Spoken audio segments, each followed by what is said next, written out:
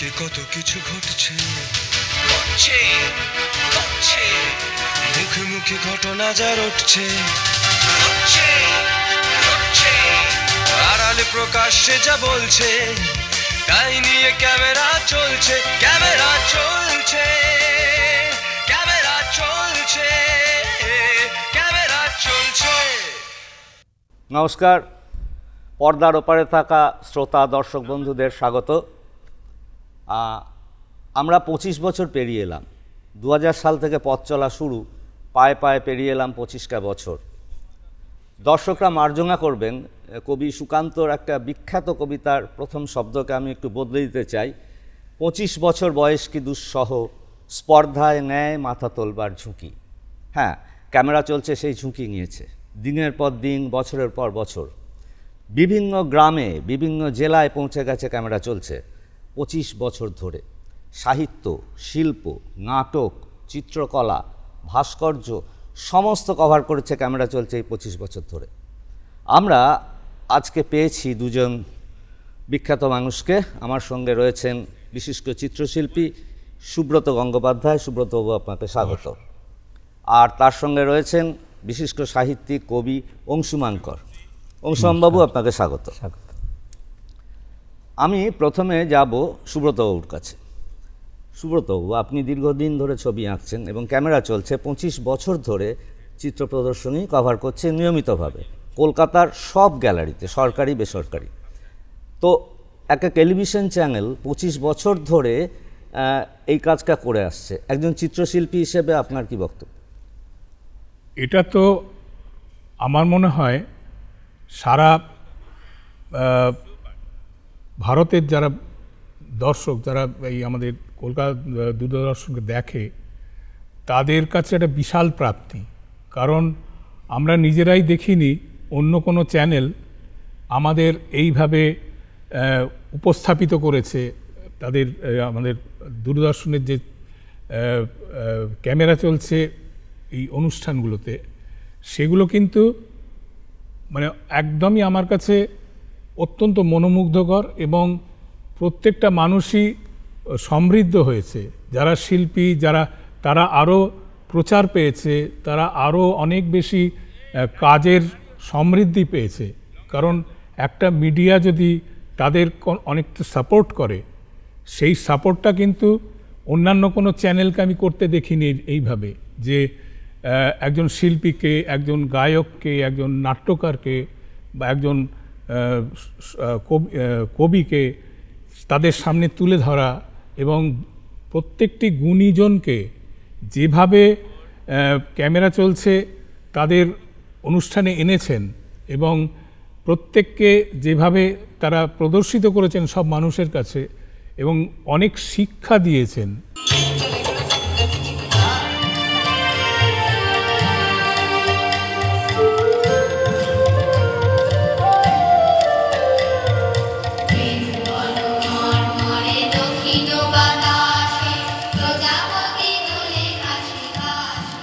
যে শিক্ষাগুলো অত্যন্ত জরুরি এবং আমরা অনেক শিক্ষা লাভ করেছি। আমরা অনেক কিছু জেনেছি, যে সমস্ত ঐতিহাসিক কথা, যেমন অনেক ছাপা শিল্প বা আমাদের যে কালীঘাটের পটচিত্র, শিল্পকলার যত রকমের গ্রামগঞ্জেও আছে, সব কিছু নিয়েই আমরা কিন্তু অনেক বেশি সমৃদ্ধ হয়েছে এই ক্যামেরা চলছে মাধ্যমে, যেটা আমাদের কাছে বিশাল প্রাপ্তি এবং সকল মানুষের কাছে বিশাল প্রাপ্তি। এটা কিন্তু আমরা চাই ক্যামেরা চলছে সবাইকে আরও সমৃদ্ধ করুক। অংশুমানবাবু, আপনি দীর্ঘদিন ধরে ক্যামেরা চলছে দেখেছেন এবং আপনার কবিতা জীবন বা সাহিত্য জীবনে আপনি দেখেছেন ক্যামেরা চলছে ভূমিকা। আপনি এটা নিয়ে কি বলবেন? মানে এটা তো প্রথম যে খুব আনন্দের একটা খবর এবং আমি অভিনন্দন জানাই। এটা ভাবলে খুব আশ্চর্য লাগে। দেখুন, এমন অনেক অনুষ্ঠান হয় যেগুলো 1 বছর 2 বছরের বেশি বেঁচে থাকে না, আয়ু থাকে না তাদের। সেখানে একটা টেলিম্যাগাজিন, এবং সেটাও সাহিত্য, শিল্প, সংস্কৃতি সংক্রান্ত, সেটা যে 25 বছর ধরে মানে নিরবচ্ছিন্নভাবে প্রচার হয়ে চলেছে, সেটা একটা অবিশ্বাস্য ঘটনা, একটা রূপকথার মতো একদম। মানে সেজন্য আমি আপনাদের পুরো টিমকে এবং কলকাতা দূরদর্শনকে অভিনন্দন জানাই বাংলার মানে সামান্য একজন অক্ষর কর্মী হিসেবে।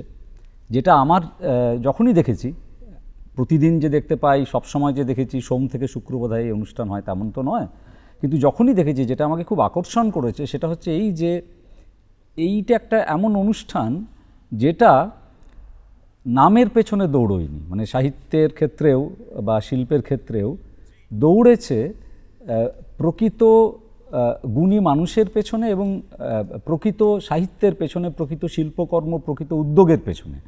কেন আমি এই কথাটা বলছি? প্রথম কথা হচ্ছে যে দেখুন, সাহিত্য তো যদি আমরা অন্য, আমি নাম করতে চাই না কোনো নির্দিষ্ট চ্যানেলের, কিন্তু কম বেশি সবাই জানি যে অন্য যে বেসরকারি চ্যানেলগুলো সেখানে যদি সাহিত্য জগতে একটা বিরাট বড় কোনো তোলপাড় করা ঘটনা না ঘটে তাহলে খবর হয় না। সেখানে একটা টেলিম্যাগাজিনে প্রায় নিয়মিত সাহিত্য জায়গা পাচ্ছে, এবং যে কারণে বললাম যে গুণীর কদর হচ্ছে, গুণের কদর হচ্ছে। কেন বলছি? বাঁকুড়া জেলার বেলিয়াতোড়ে আমার জন্ম, তার কাছে একটা ছোট্ট জায়গা ঘাটশিমলা, সেখানে একটা লিটল ম্যাগাজিন মেলার মতো আয়োজন হয়েছিল, সেটাও ক্যামেরা চলছে কাভার করেছে। তো এটা যে কেবলমাত্র কলকাতা শহর এবং তার পার্শ্ববর্তী অঞ্চলের মধ্যে সীমায়িত থেকেছে, এবং বিখ্যাত মানুষজন যাদের লেখা আমরা ছোট থেকে পড়ে বড় হয়েছি, তাদের যেমন মাঝে মাঝে এই অনুষ্ঠানে দেখেছি, সুনীল গঙ্গোপাধ্যায়ের কথা বলতে পারি, শীর্ষেন্দু মুখোপাধ্যায়ের কথা বলতে পারি, তেমন যাদেরকে সেই অর্থে সাধারণ মানুষ চেনে না, তাদের চেনানোর যে একটা দায় এবং আমি বলবো যে মহৎ কর্তব্য ক্যামেরা চলছে বহন করেছে, সেটা অত্যন্ত গুরুত্বপূর্ণ একটা দিক। দ্বিতীয় আর একটা কথা আমি উল্লেখ করতে চাই, সেটা হচ্ছে দেখুন, আমরা এমন একটা সময় এসে পৌঁছেছি, বলা হয় যে বাঙালি জাতি সংরক্ষণের ব্যাপারে তার যে ঐতিহ্য সংস্কৃতি তেমন উদ্যমী নয়। এই অনুষ্ঠানটা আর 5টা টেলিভিশনের আর 5টা শোয়ের মতো নয়, এর একটা মারাত্মক আর্কাইভাল ভ্যালু আছে। এমনটা হতেই পারে যে আগামী দিনে অনেককে গবেষণার কাজে এই ক্যামেরা চলছে এক একটা এপিসোডের কাছে ফিরে আসতে হবে। এবার অন্য প্রসঙ্গে যাই, দর্শকদের আমরা মনে করিয়ে দিতে চাই যে আমরা বছরের পর বছর কলকাতা বইমেলা কভার করেছি, এবং কভার করার মতো করে কভার করেছি, ওরকমভাবে নয়, ঠিকঠাক মতো কভার করেছি। খুব সঠিক কথা বলেছেন, ঠিকঠাকভাবে কভার করেছি। মানে ধরুন অনেক সময় হয় কি যে অন্য চ্যানেলগুলো হয়তো বইমেলা কভার করছে, কিন্তু সেখানে দেখা যাচ্ছে যে এন্টারটেনমেন্টটাই মুখ্য হয়ে গেছে, কিন্তু ইনফরমেশন এবং এন্টারটেনমেন্ট এর যে সম্মিলন এবং যে সময় দেওয়া হয় এক একটা এপিসোডে ক্যামেরা চলছে একটা বিষয়কে, যে জন্য আমি আর্কাইভাল ভ্যালুর কথাটা বললাম, ছোট ছোট প্রায় ডকুমেন্টারি হয়ে ওঠে এগুলো। এটা তো অন্য চ্যানেল করে না। অন্য চ্যানেলে কয়েক সেকেন্ডের একটা ক্লিপিং আসবে, আর একটা খুব মানে ভীষণ গুরুত্বপূর্ণ কোনো ঘটনা ঘটলে সেটা আসবে, আর না হলে কত জনসমাগম হয়েছিল, কত বই বিক্রি হয়েছে সেটুকু। কিন্তু যেভাবে ধরে ধরে আপনারা কাভার করেন, এবং আমি বলবো যে লিটল ম্যাগাজিনকে কাভার করেছেন, পাঠকদের প্রতিক্রিয়া নিয়েছেন, এবং আমি ওই যে কথাটা আবার বলছি যে আর্কাইভাল ভ্যালু এবং একটা ছোট ছোট যেন মনে হয় অনেক সময় একটা ডকুমেন্টারি ফিল্ম তৈরি হয়ে যাচ্ছে, এই ঠিকঠাকভাবে কাভার করা, এইটা কিন্তু এই অনুষ্ঠানের একটা অত্যন্ত গুরুত্বপূর্ণ বৈশিষ্ট্য, এবং যেটা এই অনুষ্ঠানকে আর 5টা অনুষ্ঠানের থেকে সম্পূর্ণ পৃথক করেছে। এই প্রসঙ্গে বলি, এবারের বইমেলায় আমরা এরকম করেছি যে প্রথম বই প্রকাশ হলো, যাদের জীবনের প্রথম বই প্রকাশ হলো, শুধু সেইগুলো নিয়ে একটা এপিসোড করেছি।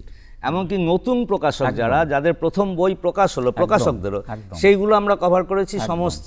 মানে অন্য বড় পত্রিকা, বড় প্রকাশক তো আছেই, কিন্তু আমরা ওইটার পেছনে দৌড়ই। এইটাই আমি প্রথম থেকে বলছিলাম যে এই অনুষ্ঠানটা সবচেয়ে বড় বৈশিষ্ট্য হচ্ছে এটা, যে এটা এমন এমন মানুষজনের জন্য, এমন মানে শিল্পকর্মের জন্য এর দুয়ার উন্মুক্ত করে দিয়েছে, যেটা অন্য চ্যানেলগুলোর কাছে আমরা বা অন্য পত্রপত্রিকার কাছেও আমরা আশাই করতে পারি না। এবং এটা অত্যন্ত গুরুত্বপূর্ণ একটা দায়িত্ব যেটা ক্যামেরায় চলছে, কিন্তু দীর্ঘদিন ধরে পালন করে চলেছে। এটা দীর্ঘদিন ধরে পালন করে চলা কিন্তু খুব চারটিখানি কথা না, এর জন্য খুব শক্ত একটা মেরুদণ্ডের প্রয়োজন হয়। আমরা এবার আসবো সুব্রতবাবুর কাছে। সুব্রতবাবুর কাছে আসার আগে আমি একটা ঘটনা দর্শকদের সঙ্গে শেয়ার করতে চাই, আমার ব্যক্তিগত ঘটনা, অভিজ্ঞতা থেকে বলছি।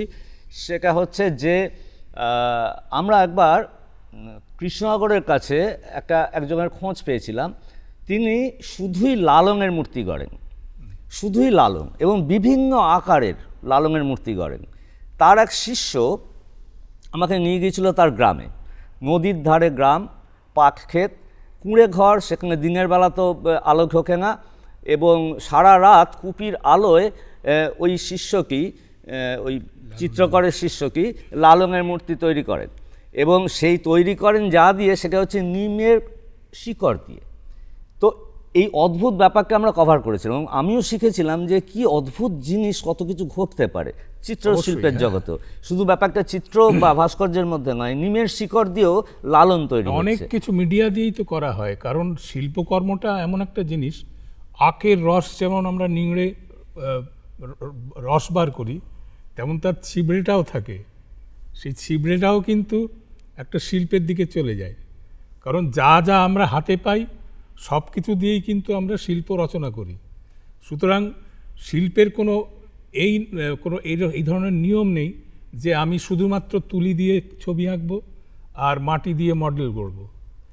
অনেক কিছু জিনিস আছে যেগুলো দিয়ে কাঠের মূর্তি হয়, যেমন আমরা সব কিছুই জানি যারা সচরাচর দেখেই থাকি, কিন্তু অনেক কিছু আছে যেগুলো অনেক ভিলেজে পুতুল তৈরি হয়, তারা কিন্তু মানে অন্য ধরনের সব কাজ করে, যেগুলোর কাছে পৌঁছে গিয়েছে আমাদের ক্যামেরা চলছে। আমরা প্রায় শেষের দিকে পৌঁছে গেছি, আপনি একটু বলুন যে কি করলে ক্যামেরা চলছে আরো ভালো হতে পারে। আমাদের যে নতুন প্রজন্মের যারা আছে, যারা এখনো অনেক কিছু সাপোর্ট পায়নি অনেকের কাছ থেকে, তাদের যদি আপনারা তুলে ধরেন, বা যারা লিখছেন, যারা নৃত্যকলা করছেন, অনেক মানে বিভিন্ন জায়গায় তো হচ্ছে এটা, আপনারা কিন্তু এখান থেকে থামবেন না, আপনাদের যেন কোনো রকম কেউ যেন আটকাতে না পারে। অংশবাবু বলুন। আমার খুব নির্দিষ্ট 3টে সাজেশনস আছে। একটা হচ্ছে এই যে লকডাউনের সময় বা আমফানের সময় যেভাবে আপনারা কলেজ স্ট্রিট বই পাড়া কাভার করেছিলেন, সেই সামাজিক দায়বোধ যেন এই অনুষ্ঠানের আগামী দিনেও থাকে, যে সাহিত্য মানে কেবল সাহিত্য নয়, তার বাইরে এবং তার পেছনের যে অনেকজন মানুষজন থাকেন তাদেরকে আপনারা আরেকটু বেশি করে দেখান। 1, 2 যেটা আমি বলবো সেটা কোভিডের পরে একটু মানে কলকাতা শহর এবং তৎসংলগ্ন অঞ্চলে কাজকর্মগুলো আপনাদের একটু আটকে পড়েছে নানা কারণে বলে আমার মনে হয়েছে। আরও বেশি করে আরেকবার আগের মতো গ্রামে ফিরে যান, এই অনুরোধ আমার থাকবে আপনাদের কাছে। আর তৃতীয় হচ্ছে আমি বলবো যে যদি ছোট ছোট রিল করা যায় এবং বিভিন্ন সামাজিক মাধ্যমে একটু দীর্ঘ অনুষ্ঠান তো সেগুলো থেকে কেটে ছোট ছোট করে যদি একটু রিল করা যায়, কারণ এটার একটা খুব তরুণদের কথা বলছিলেন, তাদেরকে তো সঙ্গে রাখতেই হবে এবং তাদের সঙ্গে পেতে গেলে যদি একটু রিল তৈরি করে বিভিন্ন সমাজ মাধ্যমে, সেটা ফেসবুক হতে পারে, ইনস্টাগ্রাম হতে পারে, যদি একটু ছড়িয়ে দেওয়া যায়, তাহলে কিন্তু এই অনুষ্ঠানটা সম্পর্কে একেবারে তরুণ প্রজন্মের আরও বেশি আগ্রহ তৈরি হবে বলে আমার বিশ্বাস। কথা বলতে গেলে কথা তো ফুরোবে না, 25 বছরের এত কথা জমে আছে, এত কথা, এত ঘটনা, এত অভিজ্ঞতা শেষ হওয়ার নয়। তবু সময়ের সীমা মেনে তো একটা সময় শেষ করতেই হয়। আজকের মতো এখানে শেষ করছি, নমস্কার। আর হ্যাঁ, আমাদের চিঠি পাঠান এই ঠিকানায়, ক্যামেরা চলছে doc2000@gmail.com। ঘড়ির কাঁটায় বিকেল 5:15 অথবা 10:30 বাজলেই নতুন করে কাউকে বলে দিতে হয় না, কারণ সকলেই জানে ডিবি বাংলার পর্দায় শুরু হচ্ছে জনপ্রিয় অনুষ্ঠান ক্যামেরা চলছে।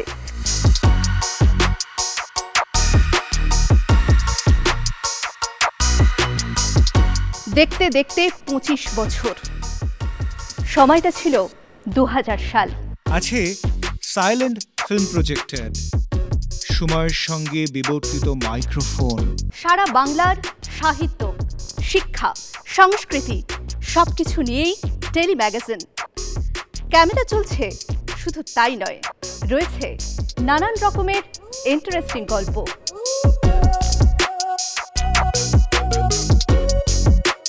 ক্যামেরা চলছে মানে নানান ধরনের নানান মানুষের কীর্তিকলাপ, যাদের কেউ চেনেই না, জানেই না, কিন্তু বাধা বিস্তর। আর 25 বছরের সেই দুরন্ত যৌবন বাধা মানে না।